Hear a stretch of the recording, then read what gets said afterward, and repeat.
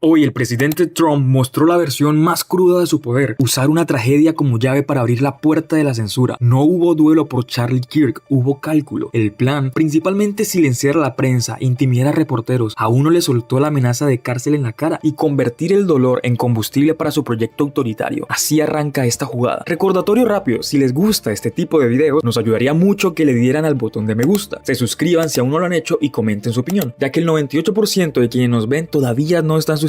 Juntos podemos hacer crecer a esta comunidad. Ahora sí, pasemos con la noticia.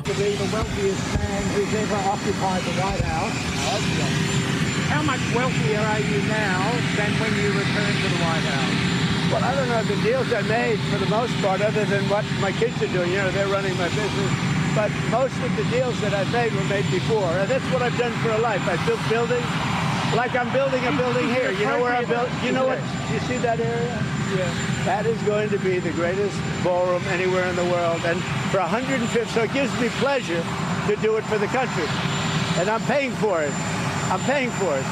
The country's not, and that's an expensive ballroom. I think it'll cost $250 million, and it will be, I think, the finest ballroom. So for 150 years, John, you know this? They've wanted a ballroom, and now they're going to finally have it, and it's going to knock your socks off. But is it appropriate, President Trump, that a president in office should be engaged in so much business activity? Well, I'm really not. My kids are running the business. I'm here. You know what the activity, where are you from? I'm from the Australian Broadcasting Corporation, Four Corners program. Well, the Australians, you're hurting Australia, right? In my opinion, you are hurting Australia very much right now. And they want to get along with me. You know, your leader is coming over to see me very soon. I'm going to tell him about you. You set a very bad tone. Well, go ahead, John. Maybe you can set a nicer tone. UAE does a deal. What does it want in return? Ya esto no es política pública, es autopromoción con placa oficial. El presidente trata a la Casa Blanca como un escenario, luces, mármol y vanidad. Mientras tanto, sus marcas, sus tokens y su figura comercial imprimen billetes. Y cuando le señalan el conflicto de interés, contesta con más brillo. La distracción perfecta para no hablar de responsabilidades. For the governor of Utah, what do you make of his overall message of nonviolence? Well, I agree with it. I agree 100%. But most of the violence is on the left. He said that social media is a cancer. What? Do you agree with that? The Utah governor said that social media is a cancer and more people should log off and take some time away. Well, it's not a cancer in all respects. In some respects, it's great. But there are segments, there are deep, dark holes that are cancerous, absolutely. Beyond cancer, they're death. Culpar al adversario y encender la mecha. Las plataformas premian el choque y Trump lo explota a diario. No le interesa desactivar algoritmos que dividen y le interesa que el ruido tape la rendición de cuentas. Si la conversación baja de tono, su negocio pierde altavoz. Por eso siempre apunta al mismo enemigo, la prensa, a la izquierda y cualquier persona o grupo que no lo aplauda. Pam Bondi saying she's going to go after hate speech. Is that, I mean, a lot of your allies say hate speech is free speech. Should probably go after people like you because you treat me so unfairly. It's hate. You have a lot of hate in your heart. Maybe they'll come after ABC. Well, ABC paid me $16 million recently for a form of hate speech, right? Your company paid me $16 million for a form of hate speech. So maybe they'll have to go after you. Look, we want everything to be fair. It hasn't been fair. And the radical left has done tremendous damage to the country. But we're fixing it. We have right now the hottest country anywhere in the world. And remember, 1 year ago, our country was dead. And now Washington, D.C. is fixed, and I fixed it. The mayor was fine. The mayor was just fine, okay? The mayor had the sick city for many years. He's been mayor for many years. The one that fixed it was me and my people, and it is so safe. You should take your beautiful wife tonight and have dinner down there. You won't be shot, you won't be accosted, you won't even be looked at incorrectly by anybody. Washington, D.C. is safe. Now we're going to Memphis, where it's pretty rough, to put it mildly. And then we're going to have to go. A friend of mine who is Entonces ahí está el proyecto: castigar al que investiga, premiar al que calla. No defienden libertades, blindan privilegios. Y ojo con el truco: primero se victimiza, después amenaza y al final vende un país de fantasía que solo existe en su programa de televisión. Businesses cannot discriminate. If you want to go in and print posters with Charlie's pictures on them for a vigil, you have to let them do that.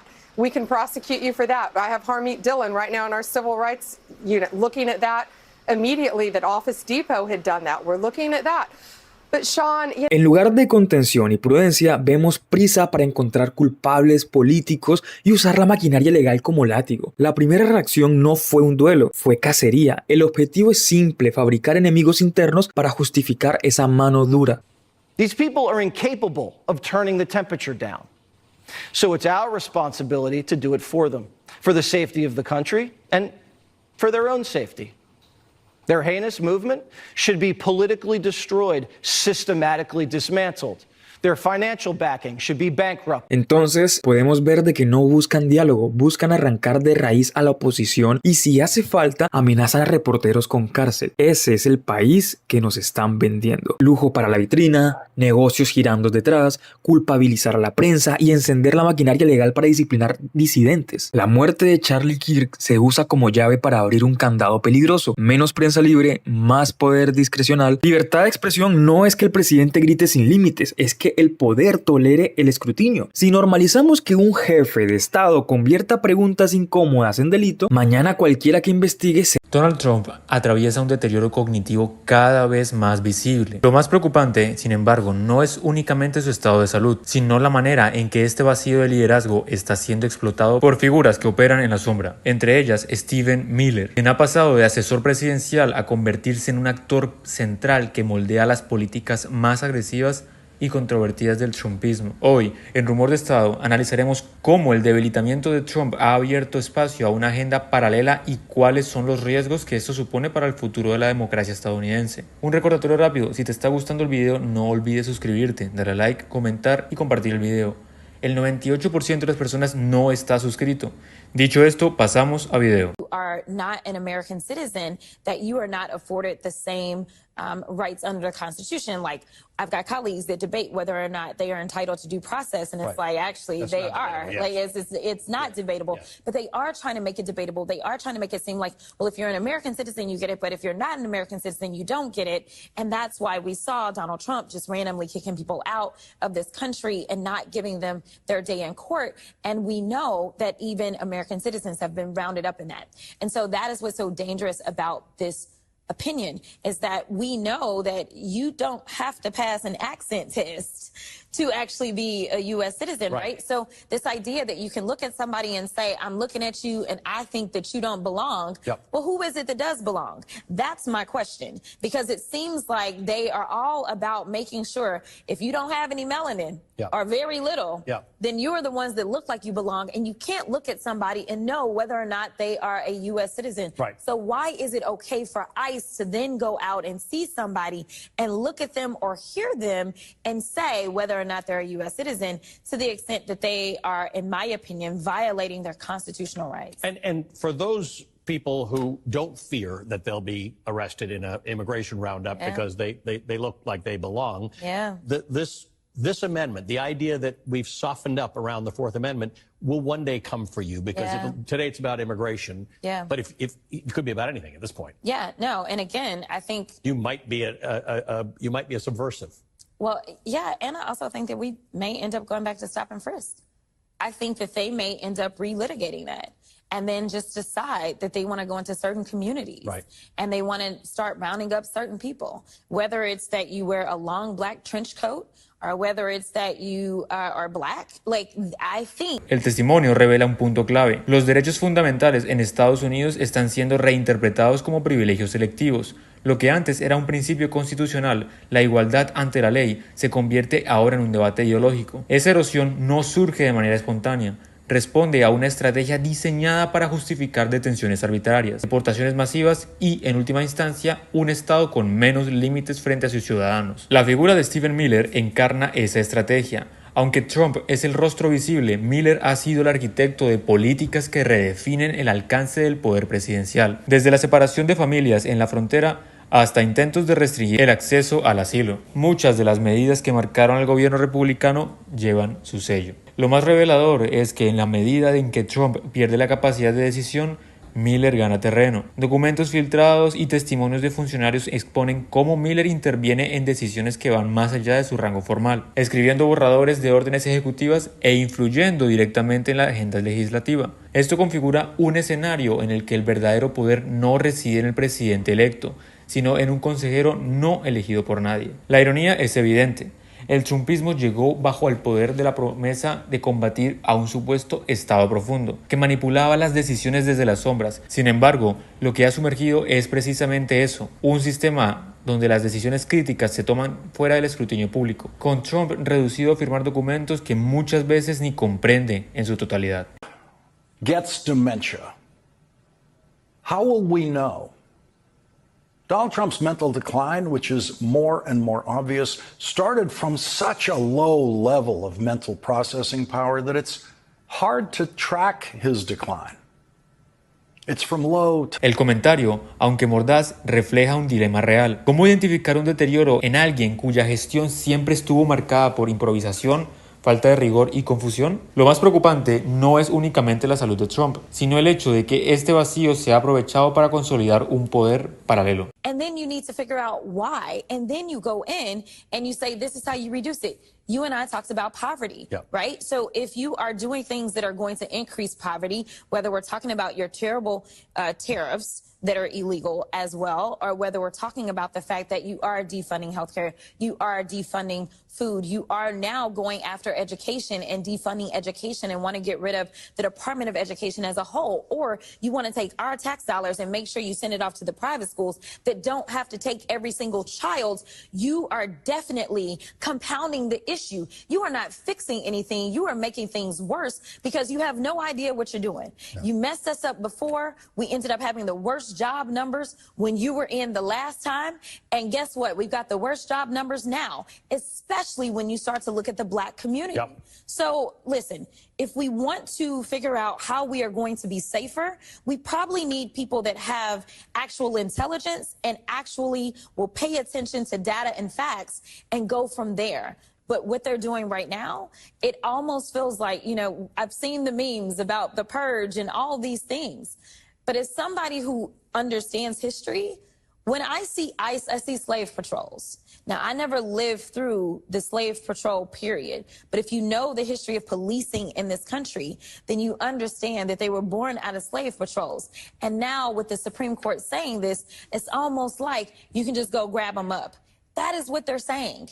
And that is a problem. We all should have a problem with that. But when you don't want to teach American history that includes Black history, then you lose out on the benefit of understanding that we have been down this road before. And it was not good, and we fixed it once, and it is a... Lo que hoy está en juego trasciende la figura de Trump. La normalización de políticas arbitrarias, la concentración de poderes en asesores sin responsabilidad democrática y la erosión progresiva de derechos básicos son señales de alerta. Stephen Miller no actúa simplemente como un colaborador, opera como un poder en la sombra que capitaliza la vulnerabilidad del propio presidente. La pregunta para ustedes es, ¿qué riesgos creen que implica que asesores no electos concentren más poder que su propio presidente? ¿Creen que la salud de Trump debería ser un tema central de debate político y mediático? El presidente Donald Trump quiere convertir la muerte de Charlie Kirk en combustible político y a la vez tapar cualquier dato que desbarate su versión. Pues bien, un informe filtrado contradice su relato de culpa a la izquierda y deja al descubierto el encubrimiento en marcha. Hoy analizamos quiénes lo empujan, cómo manipula y por qué importa. Recordatorio rápido, si les gusta este tipo de videos, nos ayudaría mucho que le dieran al botón de me gusta, se suscriban si aún no lo han hecho y comenten su opinión. El 98% de quienes nos ven todavía no están suscritos y juntos podemos hacer crecer a esta comunidad. Ahora sí, pasemos con la noticia. I say that you are the least qualified FBI director in the history of the FBI. That is real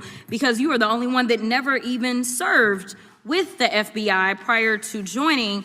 Yet we are supposed to believe that you are the greatest thing since sliced bread. I didn't ask you a question.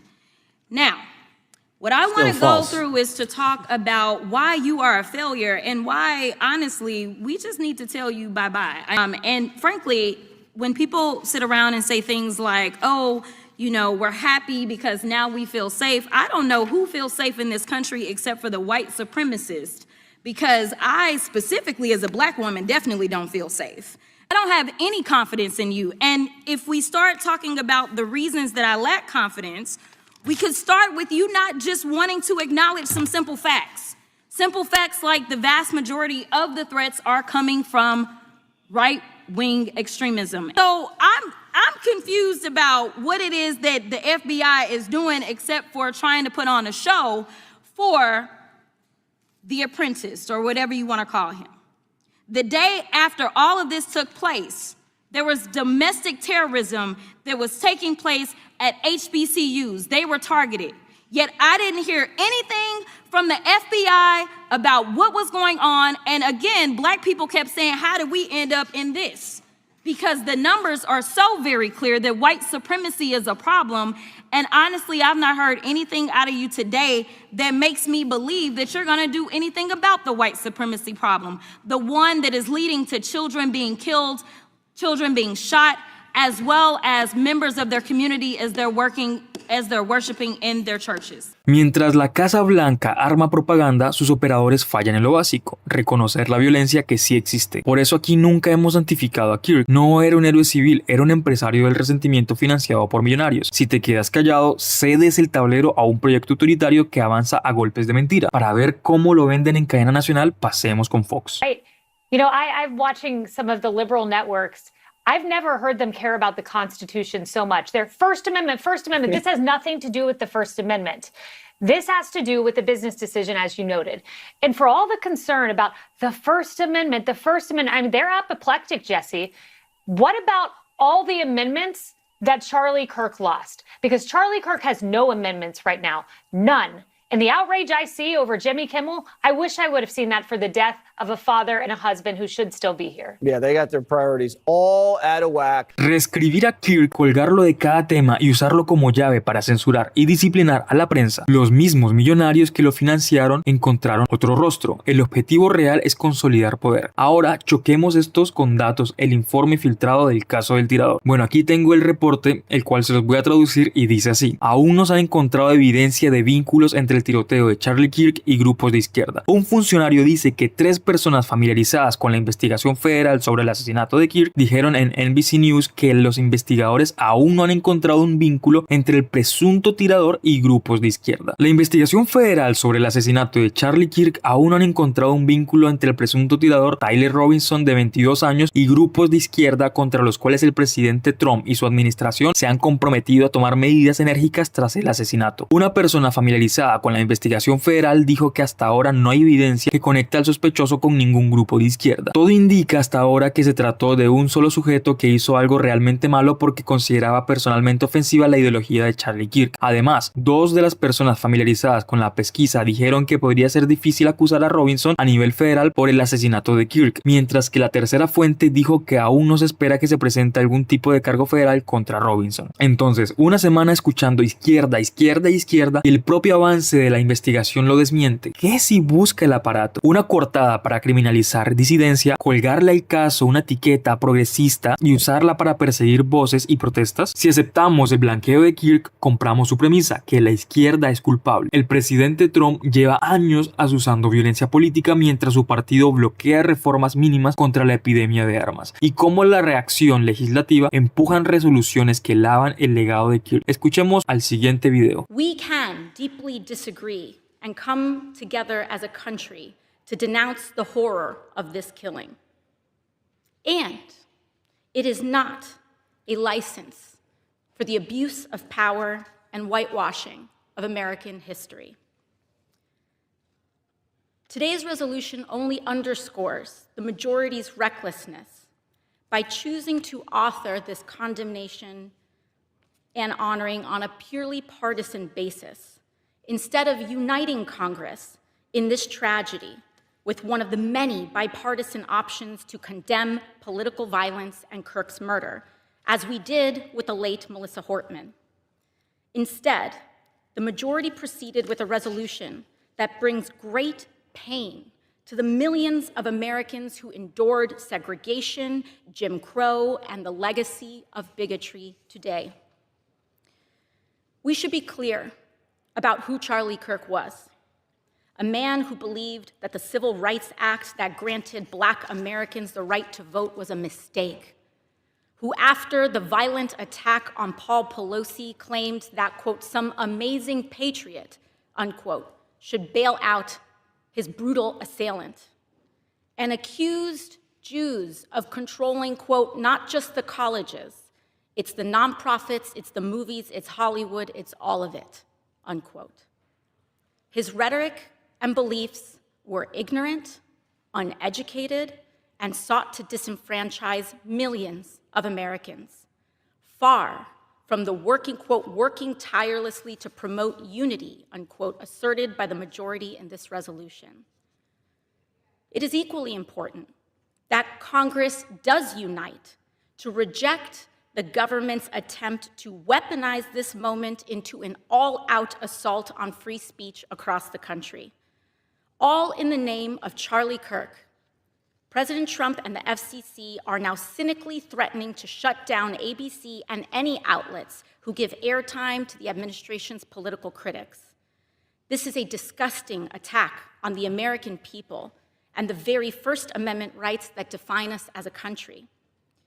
It is also the ABC Corporation's responsibility to refuse to embolden and participate in this corruption and escalation of censorship. We continue to pray for Mr. Kirk's family and loved ones in the wake of this terrible act. I am thinking especially of his children and his wife, whose grief cannot be measured. And with that, I yield back to the gentleman.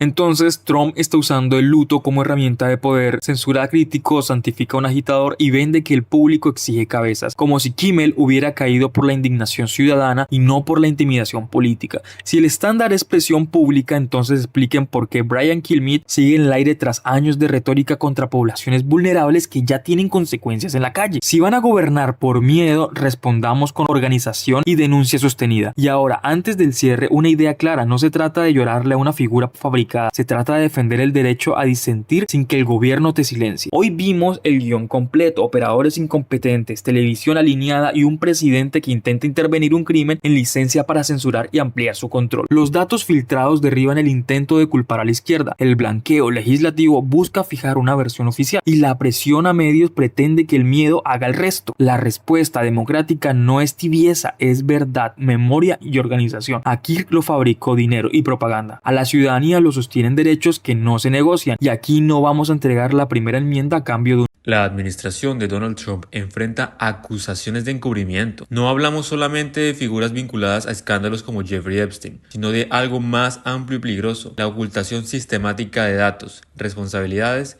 y decisiones frente a dos crisis que atraviesa Estados Unidos. Por un lado, la epidemia de violencia armada cada vez más letal y normalizada. Por otro, la escalada de violencia pública, que en lugar de ser condenada por sectores republicanos, se ha convertido en un instrumento de manipulación y ataque contra comunidades vulnerables. Hoy, en Rumor de Estado, analizaremos cómo el encubrimiento se ha convertido en una estrategia central del trumpismo y qué significa para la democracia que los hechos más incómodos se borren en los registros oficiales. Un recordatorio rápido: si te está gustando lo que estás viendo, no olvides suscribirte, darle like, comentar y compartir el video.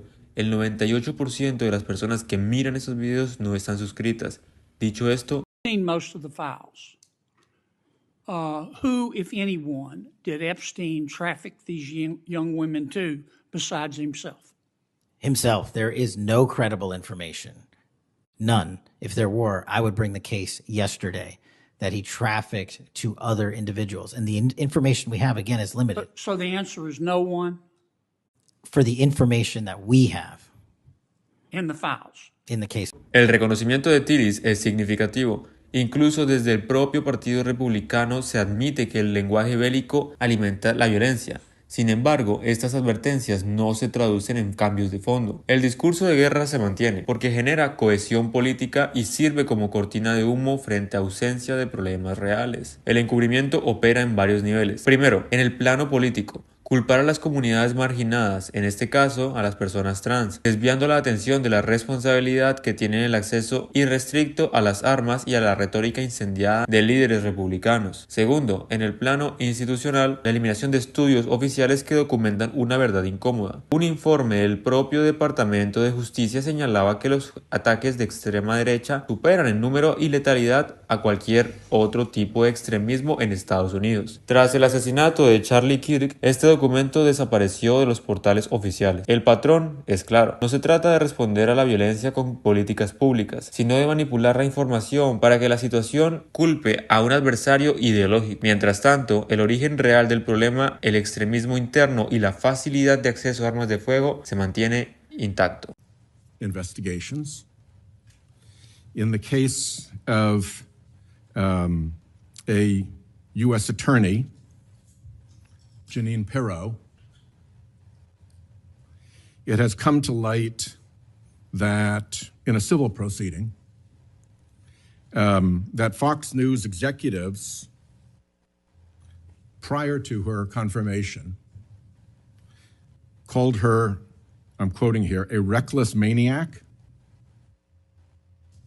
who makes, quote, insane comments, and said, I don't trust her to be responsible, and noted her penchant for what they called random conspiracy theories on weird internet sites.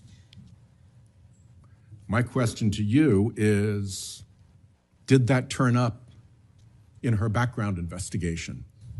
For any background investigation, Senator, we do not discuss those publicly.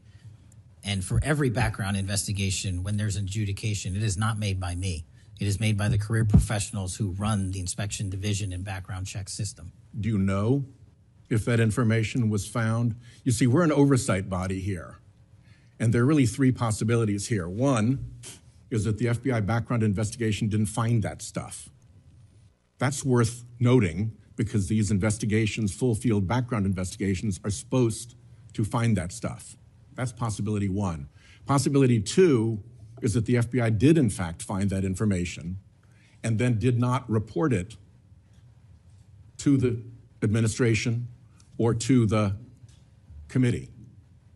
And the third is that you found it, you reported it to the administration, and they went ahead with her nomination knowing that she had been described as a reckless maniac who made insane comments, who wasn't trusted by colleagues to be responsible, and who had a penchant for random conspiracy theories on weird internet sites. Are you saying that this committee does not have... Las contradicciones son evidentes. Lo que en 2019 se reconocía como un deber de los políticos, rebajar el discurso violento y asumir responsabilidades, hoy se oculta o se niega. Este doble estándar refleja cómo la violencia política se ha convertido en un recurso electoral. Se denuncia cuando proviene del adversario, pero se ignora o se justifica cuando beneficia a los propios. Mr. Patel, I think you're not going to be around long. I think this might be your last oversight hearing. Because as much as you supplicate yourself to the will of Donald Trump and not the Constitution of the United States of America, Donald Trump has shown us in his first term and in this term, he is not loyal to people like you. He will cut you loose. This may be the last time I have a hearing with you because I don't think you're long for your job.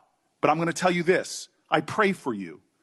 I pray for you that you can step up and defend your oath, defend the Constitution, and do a much better job of defending this country. Thank you, Mr. Chairman. Do you want to say anything? Yes, sir. That rant of false information does not bring this country together. If you want to work on bringing this country, it's my time, not yours. My God.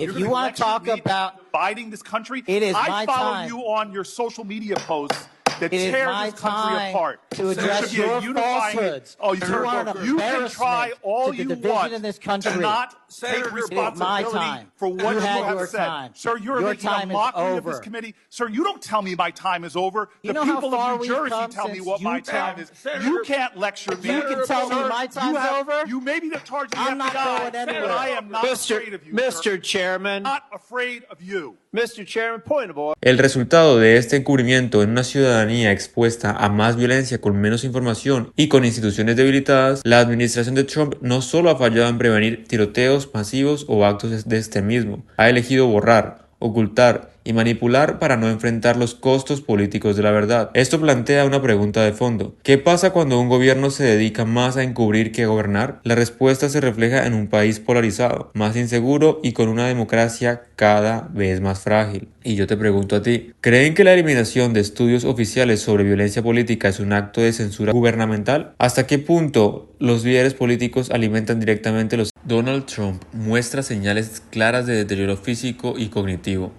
Hoy, en Rumor de Estado, analizaremos con rigor y evidencia visual cómo su estado ha sido sistemáticamente minimizado por algunos medios y cubierto por su equipo de prensa.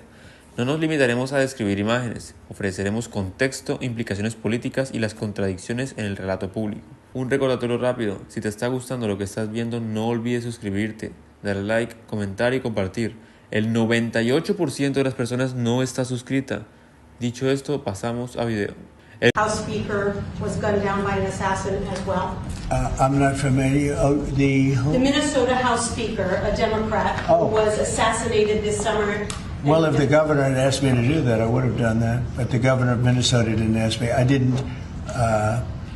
I wouldn't have thought of that, but I would have if somebody had asked me. People make requests for the lowering of flag, and oftentimes you have to say no because it would be a lot of lowering. The flag would never be up. Had the governor of Minnesota asked me to do that, I would have done that gladly. And given the killing of... El fragmento anterior exige un análisis doble. Primero, sobre la respuesta pública del presidente. Segundo, sobre lo que esta respuesta revela de su capacidad de memoria y de procesamiento político. No se trata de solo evaluar una frase aislada. La omisión y la confusión frente a un hecho grave, el ataque a una representación estatal, es una indicativa falla en la gestión simbólica del cargo. Al analizar lo ocurrido debemos considerar dos hipótesis plausibles y distintas. O bien, el personal de la Casa Blanca moderó lo que el presidente debía decir para evitar una reacción pública, o bien el propio presidente no retuvo información elemental sobre eventos recientes. Ambas posibilidades son políticamente relevantes. La primera cuestiona el control y la transparencia del equipo presidencial. La segunda, por otro lado, interpreta directamente la aptitud cognitiva del líder. School indoctrination, Carrie Lake went off on that. He was in an online apprenticeship program at Dixie Technical College, which I don't think was changed. I would just note I the understand, family but said they he didn't say changed. when he changed. Yeah. I'm just saying we need They said more he articulated information his before hate you for Charlie smear. Kirk at a dinner. Before you we don't need more information. Really? Yes, we don't need it. What is interesting here is why is only this happening on the left and not the right? That's all we need to know. What about There's Vance absolutely Stroser? no cognitive... What about Melissa Hortman that we just talked about? You want to talk about Melissa Hortman? Did you know her name before it happened? None of us did. None of us were spending every single day talking about Mrs. Hortman. I never heard of her until after she died. She doesn't matter? Don't play that bullshit with me. You know what I'm saying is there was no demonization, amplification about that woman before she died. It was a specific crime against her by somebody who knew her. The same. Now you could bring up Josh Shapiro, but then you will not bring up, for example, that was a pro-Palestine person. So don't use your. What about this? The fact of the matter is the both sides argument not only doesn't fly, we don't care. We don't care about your both sides argument. That shit is dead. Este segundo clip ilustra otro fenómeno, la construcción mediática de situaciones que criminalizan los colectivos o que fuerzan lecturas polarizadas de sucesos individuales. La reacción de ciertos comentaristas no busca aclarar los hechos, pretende moldearla a la interpretación pública para encubrir responsabilidades políticas. Aquí hay dos puntos esenciales. Primero, la discusión mediática preexistente sobre un acto de violencia política puede convertirse en un motor de radicalización si actores con audiencia amplifican lecturas simplistas o de ideologías. Segundo, la respuesta del presidente de sus voceros frente a estos episodios funciona como una señal política. La indiferencia, la confusión o la instrumentalización del hecho modifican el cálculo público sobre la legitimidad del liderazgo.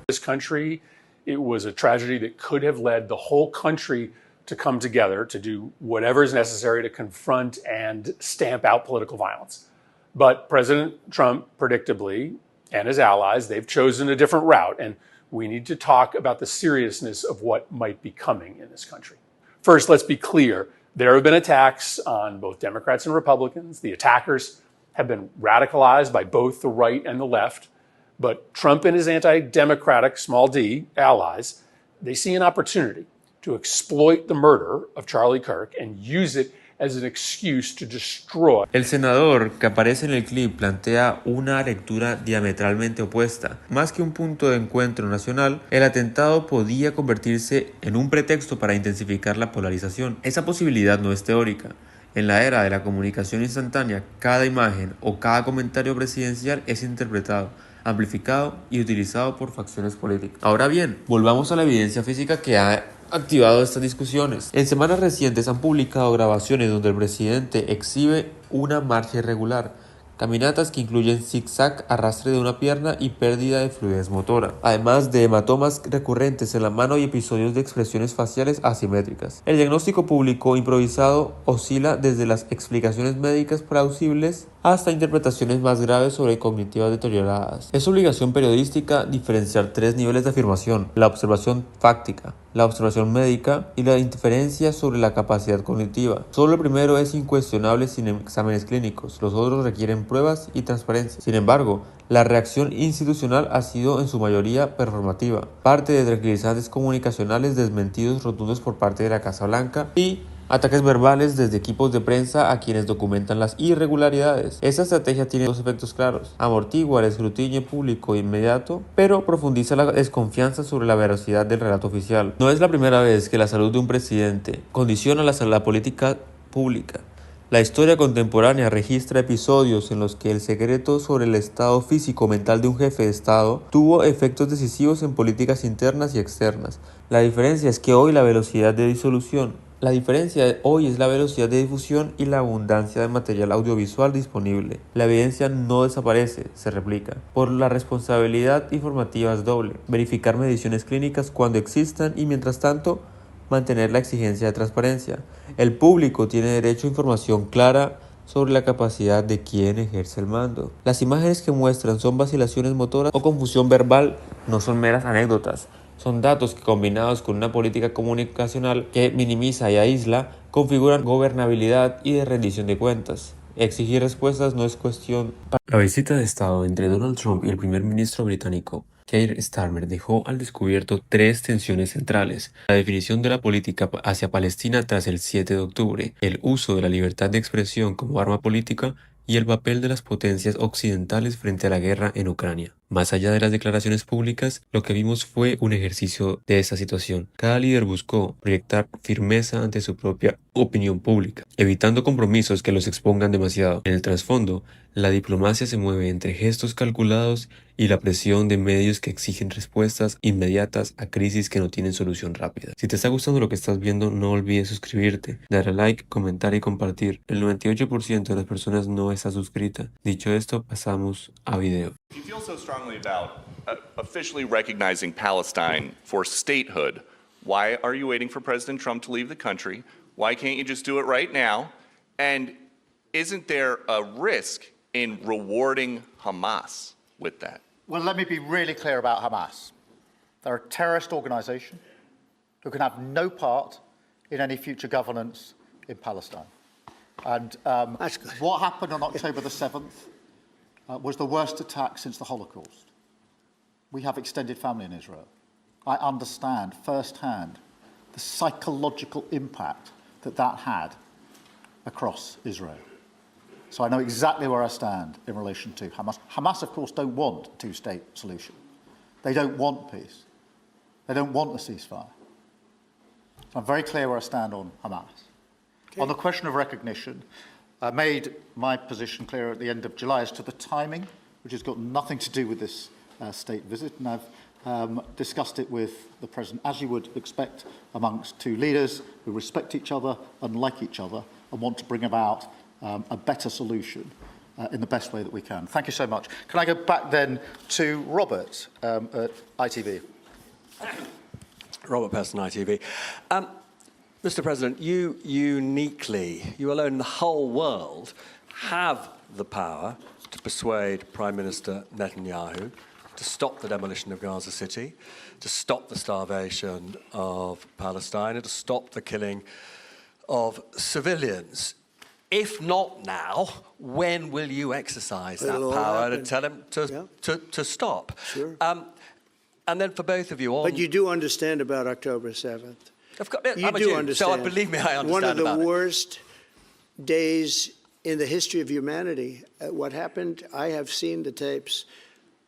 Babies that are 4 months old and just chopped up to pieces. And you've seen the tapes and I've seen the tapes. You're a professional and so am I. And people forget about October 7th. I can't forget about it. So I want it to end, but I want the hostages back. I don't want the hostages used as human shields, which is what Hamas is threatening to do. But as soon as they're back, that's the moment you will tell Netanyahu Well, to stop. it would certainly help, but I have to have the hostages back. And I don't want them back piecemeal, as I said before. I want them back. And on a separate issue, free speech, your Vice President, Vance, said that free speech is under attack in the UK. Do you agree with him? And Prime Minister, we saw the dismissal of a very well-known chat show host in America last night, Mr. Kimmel. Is free speech more under attack in Britain or America?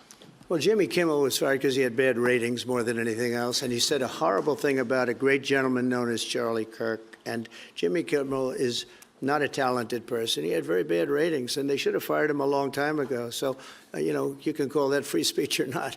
He was fired for lack of talent. Yeah, please, go ahead. Yeah, I mean, firstly, on the question of Charlie Kirk, can I just express how shocking that is, I think, to everybody who believes in free speech and in democracy. It sent shockwaves through the world. And I know that he was a friend of the president, and I reached out straight away to the president because I understood how impactful it'd be on him and his family. And we all need to be absolutely clear about that. Whatever our political views, it is shocking and is to be condemned. On free speech, not much to add to the answer I gave earlier. This country's had free speech for a very, very long time. It is part of who we are as a country, and it is the values that we fought for. We fought for it during the Second World War alongside each other. So we need no reminding of the importance of free speech in this country. Thank you, Robert. And I go to Beth for the final question, please. Beth. Thank you so much. Sky. Thank you, Beth Rigby, Sky News. Thank you, Prime Minister. If I could start with you. Prime Minister, President Trump has said he's ready to impose major sanctions on Russia if NATO countries stop purchasing Russian oil. He's got a point, hasn't he? Is that what you now believe is needed to bring Putin properly to the table? And what's your message to the President on US sanctions? And Mr. President, if I may, the King praised your personal commitment last night to finding solutions to the world's most intractable conflicts. You have invested much of your time and effort in Ukraine, but even as you seek to broker a deal, President Putin is escalating the war. He's firing drones into NATO airspace. You say he has let you down. Was it a mistake to invite him to Alaska? Do you regret it? No. And is it time to squeeze him, sir, and scare him and impose sanctions? And finally, if I may, the elephant in the room, Lord Mandelson, he is no longer the ambassador. Do you have some sympathy with him that he lost his job over historic links to Jeffrey Epstein? Thank you very much, sir. I don't know him, actually. I had heard that, and I think maybe the Prime Minister would be better speaking of that. That was a choice that he made, and I don't know. What is your answer to that? Well, I mean, it's very straightforward. Some information came to light last week which wasn't available when he was appointed, and I made a decision about it, and that's very clear. On the question of the pressure on Putin and on Russia, which is obviously really important, look, I think it is a challenge to Europe. There are a number of European countries which are too reliant on energy from Russia. The UK actually obviously has almost got nothing at all, but we do need to bear down and work with our European counterparts here. There are one or two countries, I think, that do need to look again at the question of energy. There's no one silver bullet here. We do have to have a wider suite of sanctions, which we've put in place a number of times, working across Europe and with the United States. And of course, we must, and we are, making sure that Ukraine is in the strongest position now, because one of my long concerns here has been that whilst we talk about a ceasefire, and we all want a ceasefire, and we talk about what might happen after a ceasefire, we mustn't forget that Ukraine needs our support now. And we've said we stand with Ukraine from the start to the finish, and that means we must continue to supply them with what they need in order to fight this war, which of course resulted from and is a result of Russian aggression. We have particularly done the sort of leadership role in the coalition of the willing, so that if there is a ceasefire and if there is a deal, and I do hope there is, that is then lasting and not then broken, because given previous history, I don't trust Putin. Thank you. Very simply, if the price of oil comes down, Putin's going to drop out. He's going to have no choice. He's going to drop out of that war. And when I found out that the European nations were buying oil from Russia, and as you know, I'm very close to India. I'm very close to the Prime Minister of India. I spoke to him the other day, wished him a happy birthday. We have a very good relationship. He put out a beautiful statement, too. We have, but I said, you know, I sanctioned them. China is paying a very large tariff right now to the United States, but I'm willing to do other things, but not when the people that I'm fighting for are buying oil from Russia. If the oil price comes down, very simply, Russia will settle. And the oil price is way down. You know, we got it way down. We're drilling and we produce more oil than anybody else in the world. We're doing a lot. But I was disappointed to see that. And the Prime Minister was disappointed to see that. And it wasn't him, it was other countries.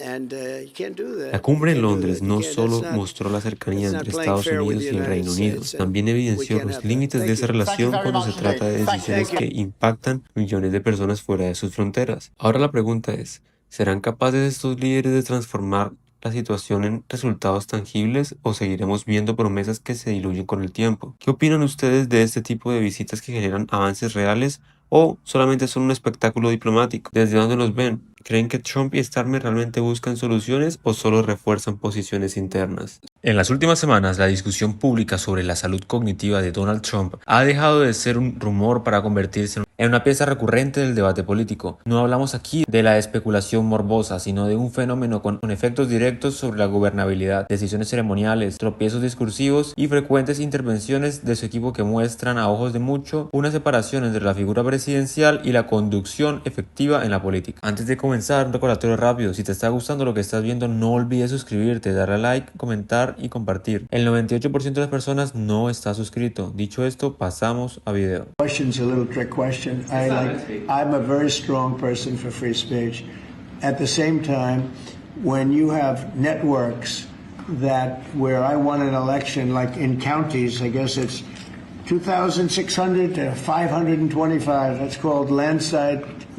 A landslide times two. When you have that kind of that level of popularity or voter support, as I did in the last election, and yet 97 and 94%, different numbers. You see different numbers with different stats, but 97, 94, 95, 96% of the people are against me in the sense of the newscasts are against me. The stories are they said 97% bad. So they gave me 97. They'll take a great story and they'll make it bad. See, I think that's really illegal, personally. You can't have a free airwaves. You're getting free airwaves from the United States government, and you can't have that and say, and somebody that just won an election. And I had to go through this during the election. El fragmento expuesto es ilustrativo por dos motivos. Primero, porque el discurso se sostiene en que afirmaciones vagas y en repeticiones estadísticas sin una narrativa coherente, un rasgo frecuente cuando la capacidad de ordenar ideas se resiente. Segundo, porque el propósito político es evidente: desacreditar el ecosistema informativo y reducir la autoridad de muchos es lo que les resulta incómodo. A esta doble función, errores formales que a la vez sirven como un objetivo táctico, obliga a separar la discusión clínica de la política estratégica. No es suficiente señalar fallas, hay que explicar cómo esas fallas se traducen en influencia real sobre instituciones y procesos. didn't approve, if you take a look at what's happening in Congress, we had a man that signed almost everything with an auto pen. And he didn't tell the people from the auto pen, whoever was using it. The one man that used it predominantly said that Biden only spoke to him twice, and it was only about the weather. Like it was about nothing. So those pardons that he gave are illegal. He gave illegal pardons. And that includes the congressman that destroyed and deleted all the information from J6. They deleted everything because it turned out that they were wrong. Cuando el presidente requiere la lectura o la interpretación de su propio equipo, no estamos ante un detalle logístico, estamos ante una delegación efectiva de autoridad. Eso significa que decisiones de gran impacto, políticas migratorias, indultos, regulaciones, son presentadas como iniciativas presidenciales, mientras que su diseño y explicación proceden de asesores, donantes y operadores políticos. Esa delegación tiene como consecuencias políticas claras, erosiona la responsabilidad pública y difumina la rendición de cuentas y facilita que actores con intereses particulares interpongan agendas sin enfrentar el escrutinio público que correspondería a decisiones firmadas por quienes las conciben. Cuando la Casa Blanca insinúa represalias regulatorias o despliega situaciones punitivas contra cadenas y comentaristas, el efecto no es político, también es institucional. Amenazar con retirar licencias, presionar a anunciantes o apuntar a reguladores políticos o a reguladores que puedan interpretar normas a un informe partidista introduce incentivos de autocensura en medios y plataformas. Además, la insistencia en que la verdad oficial solo existe si coincide con la situación presidencial. En consecuencia, la discusión sobre la libertad de expresión no es abstracta, es intrínsecamente ligada a modos de control del relato y a la protección de contrapesos democráticos. ¿Qué alternativas políticas y comunicativas existen? Primero, reforzar mecanismos institucionales de transparencia, audiencia, informes, escritos y registros públicos que permitan seguir la pista de decisiones y autores. Segundo, blindar la independencia regulatoria, asegurar que organismos como la FCC o entes equivalentes que operan en bases técnicas y no como instrumentos de presión partidista. Y tercero, recuperar prácticas que prioricen verificación y exposición de conflictos de interés sin convertir cada análisis en un ataque partidista. Yes, sir. I will do that. So we have two items for your attention today, sir. A major focus of your administration has been shifting the conversation and shifting the policy dynamics around the issue of immigration, closing the border, preventing illegal immigration, but also, as is the case with the executive order in front of you, opening new pathways for truly extraordinary people to come contribute to America. La situación que describimos no es curiosidad, es un problema político con efectos tangibles y sobre la democracia, la mezcla de fallas cognitivas y delegación de poder y agresión contra el ecosistema informativo que exige respuestas institucionales y periodísticas claras. Trump did a lot of stuff you could mock him for just today, just in the last less than 24 hours.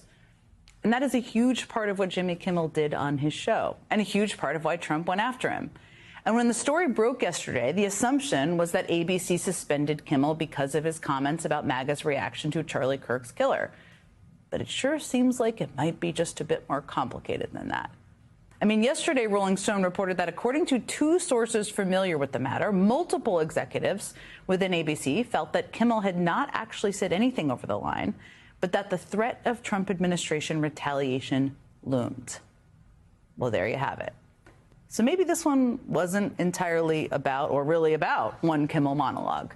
Maybe this was about Trump not liking being made fun of, Trump not being able to stand being criticized, and him using the power of the presidency and his hand-picked FCC chairman, by the way, following his lead and cracking down on shows he doesn't like. It's not even just me saying that. That is not just my interpretation of the news of the past 24 hours. I mean, today on Air Force One, Trump basically said the quiet part out loud. My host is on network television. There is a licensing. I'll give you an example. I read someplace that the networks were 97% against me. I got 97% negative, and yet I won it easily. I won all 7 swing states, popular, I won everything. And if they're 97% against, they give me only bad publicity or press. I mean, they're getting a license. I would think maybe their license should be taken away. I mean, Trump is basically saying there, sure is a nice network TV station you have there. Would be a shame if something bad were to happen to it. would be a shame if that guy over at the FCC had to take your license away because you said negative things about me. That would be a shame.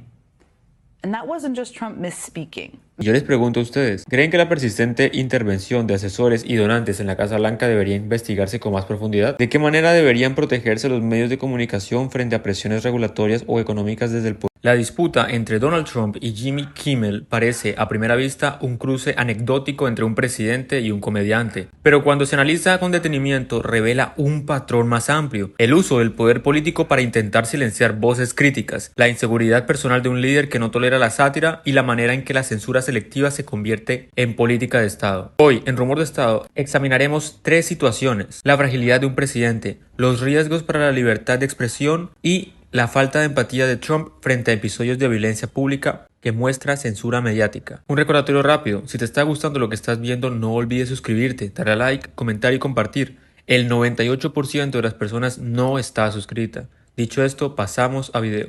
Change the world, but it's a bellwether. We're the banana peel in the coal mine. When a society is under threat, comedians are the ones who get sent away first. It's just a reminder to people that democracy is under threat. Authoritarians are the threat to comedy, to art, to music, to thought, to poetry, to progress, to all those things. It's never been all that is a red herring. It ain't the pronoun police. It's the secret police. It always has been, and it always will be. And this man's decapitated visage is a reminder to all of us that what we have is fragile and precious. And the way to guard against it isn't to change how audiences think. It's to change how leaders lead. El señalamiento de Stewart es crucial. La represión a la sátira no es un capricho, es un mecanismo sistemático en los regímenes autoritarios. Cuando un presidente utiliza el aparato regulador o la amenaza política para condicionar lo que se dice en un escenario cultural, envía un mensaje. No se trata de risas, se trata de control. En el caso de Trump, esa hostilidad contra los comediantes funciona como extensión de su estrategia contra periodistas, críticos y adversarios. El objetivo no es corregir un exceso, sino marcar territorio, dejar claro que toda voz independiente puede convertirse en blanco del poder ejecutivo. And it's being done because this is a weak, thin-skinned man who's failing as a president. All of the things he promised are not happening, and this is exactly what dictators do. It's our most cherished freedom to point out very clearly this is a terrible president and a terrible human being who is doing nothing to improve the lives of Minnesota. El episodio de la publicación y posterior eliminación de un fragmento de los Oscar en su red social ilustra esa fragilidad. Trump compartió un clip para burlarse de Kimmel, pero editó la parte en la que era objeto de broma. En la práctica, intentó controlar la situación incluso de aquello que lo ridiculizaba, sin comprender que toda la pieza desde el inicio hasta el final tenía como centro su figura expuesta al ridículo. La censura parcial lo dejó aún más en evidencia. Un líder que presume fuerza pero actúa como alguien incapaz de tolerar el más mínimo cuestionamiento público. She's featured heavily in your announcement video. She's clearly been top of mind for you as you've rolled out your re-election campaign. And I just have to start by asking you what went through your head, what went through your mind when you heard those remarks from Donald Trump in the Oval Office yesterday? Well, Jen, it's good to see you, and thank you for asking. It's been pretty traumatic in Minnesota, and I think Minnesotans, certainly every Minnesotan knows Melissa Hortman's name, and most decent people do. What goes through my mind is nothing surprises me. There's no compassion, there's no empathy in this man, and there's no sense of governing for the whole country. We had a horrific act of political violence and the loss of an exceptional human being, a mom. It's hard to explain to people, and it gets reduced to a footnote, this beautiful life, this big life, Melissa Mark, Gilbert, Melissa, she fostered and helped train service dogs, and Gilbert failed, and she told me on a wink that she said, I want him to fail so he could stay with us. And just a decent person, and probably one of the most skillful legislators I've ever worked with. Minnesota's a better state that got massive things done to improve people's lives, and you just see, the disrespect and how easy that rolled off his tongue, yet we're supposed to believe that they're definitely concerned about political violence. And you see the vice president, go on a podcast, it's government by podcast, to just lie and to bring hate. And they're not interested in solving this. We in Minnesota are. And I said today, announcing that I was going to run again, look, I don't think I have any, you don't have a right to stay in these jobs, but I'm proud of the work we did together. I'm proud. La ausencia de empatía se convierte en el otro rasgo central. Mientras el país se enfrenta a un caso de violencia política con la muerte de la expresidenta de la Cámara de Minnesota, Trump respondió con indiferencia. Ni condolencias claras ni reconocimiento de la gravedad del hecho. El contraste es revelador. Un presidente que dedica energía a perseguir un comediante, pero que no encuentra palabras para honrar a una legisladora asesinada, ese desequilibrio de prioridades no es un accidente. Es el reflejo de un estilo de liderazgo en que lo personal siempre está por encima de lo institucional. El hilo conductor es claro. Trump no busca gobernar para todos, sino preservar su ego. La censura cultural, el uso de agencias regulatorias, la manipulación de mensajes y la indiferencia ante tragedias colectivas forman parte de la misma matriz, la de un poder centrado en la revancha y la autodefensa. Cuando un presidente actúa como censor y no como estadista, las consecuencias van más allá de la sátira televisiva. Afectan el derecho ciudadano a informarse, debilitan la memoria democrática y normalizan la idea de que la crítica es un delito y no un derecho. Lo ocurrido con Kimmel y la reacción frente a la tragedia en Minnesota deben entenderse como piezas del mismo rompecabezas. Un poder que no sabe distinguir entre lo esencial y lo anecdótico y que utiliza su investidura para blindar al líder mientras abandona la obligación de gobernar con empatía y responsabilidad. Y yo les pregunto a ustedes, ¿qué riesgos creen que representa para la democracia que un presidente intente censurar hasta la sátira televisiva? ¿Cómo debería responder la sociedad cuando el poder político prioriza el control del relato sobre el reconocimiento de las víctimas de violencia política? Si este análisis les resultó útil, el presidente Donald Trump reaparece con un discurso caótico el que mezcla anuncios de salud pública, homenajes personales, críticas internacionales y promesas económicas imposibles. A simple vista parece una intervención desordenada, pero en realidad revela una estrategia política, proyectar autoridad a través de afirmaciones grandilocuentes, aunque estén desconectadas de la realidad. Hoy, en Rumor de Estado, analizaremos las dimensiones de lo que él dijo, el uso político de la salud, la manipulación de los datos económicos y el relato de orden y seguridad como herramienta electoral. Un recordatorio rápido, si te está gustando lo que estás viendo, no olvides suscribirte, dar a like y comentar. El 98% de las personas no está suscrita. Dicho esto, pasamos a video. I love that song because we're going to have an announcement on autism on Monday. Got to be Monday. I don't want to do it Tuesday, Wednesday, Thursday. And I think it's going to be a very important announcement. I think it's going to be one of the most important things that we will do. Because what's happened with autism, do you know that if you go back 15 years, maybe a little bit longer, it was 1 in 10,000 children had autism. Bobby told me, it's hard to believe that this is correct, that as of recently, it was 1 in 10 boys. Is that pretty correct, Marty and us? 1 in 10. 1 in 12. It's so horrible. It's so horrible. And I think we have the answer. And I think it's going to be very strongly given, and we're going to do it on Monday. I'd like to do it tomorrow. Tomorrow we're honoring a great man. However, Charlie Kirk, we're honoring somebody that's been with us right from the beginning. Right from the beginning he's been with me. He had an army, and he loved what we were doing so much. He was such a great guy. He'd say, President, could you come tomorrow and make a speech? I said, tomorrow? I said, Charlie, I'm president. I mean, you got to give me a little notice. He said, well, would it be possible? They'd love to see you. Usually I tried to do it. He was unbelievable. He had just an army of young people. They loved him so much. I mean, they're devastated right now. Everybody's devastated. So we're going tomorrow, and we're going to be flying in, and we're going to say some little words, but there are no words to really describe what happened. It should never have happened to him. He's a good person. Nobody deserves that, but he really did deserve that. A friend of mine for a long time, ambassador to NATO, Matt Whitaker. Hey, Matt, they have to stop buying oil from Russia, Matt. Will you talk to them, please?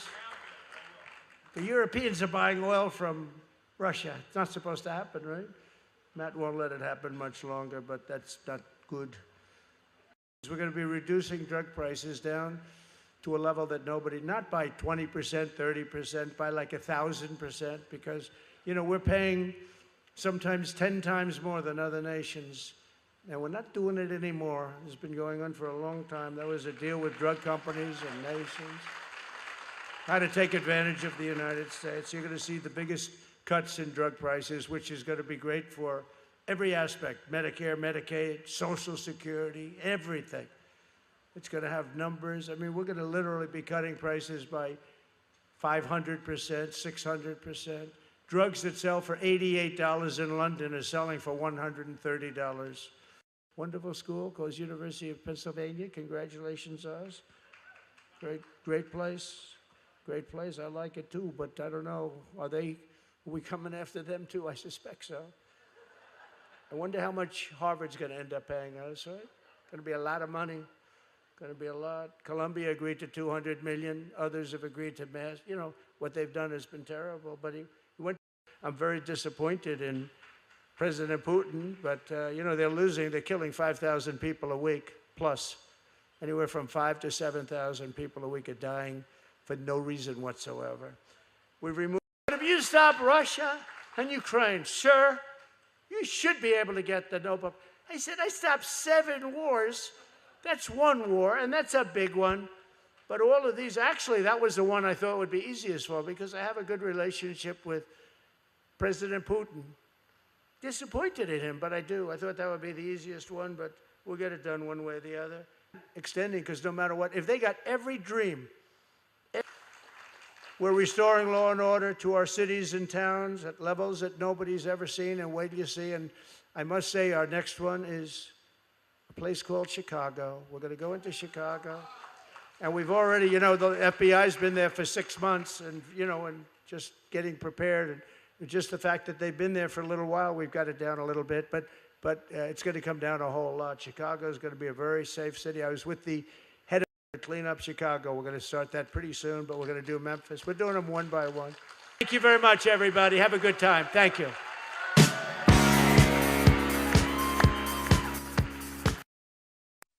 El discurso de Trump es un mosaico de afirmaciones desordenadas, pero con un hilo conductor claro: alimentar percepciones de crisis para presentarse como única solución. Desde la salud hasta la economía y la seguridad, todo es utilizado como herramienta de campaña, incluso si las cifras son falsas o las promesas son imposibles. Y yo les pregunto a ustedes, ¿qué opinan de este tipo de discursos que mezclan tanto temas sin conexión? ¿Creen que las promesas imposibles siguen siendo efectivas para movilizar votantes? Un mito conveniente. Ahora, si este análisis les resultó útil, suscríbanse, dejen su like y compartan este video. Como dijimos al inicio, el 98% de quienes nos ven todavía no están suscritos. Ayúdenos a crecer esta comunidad y llegar a los 1000 suscriptores. Nos vemos en el próximo Rumor de Estado.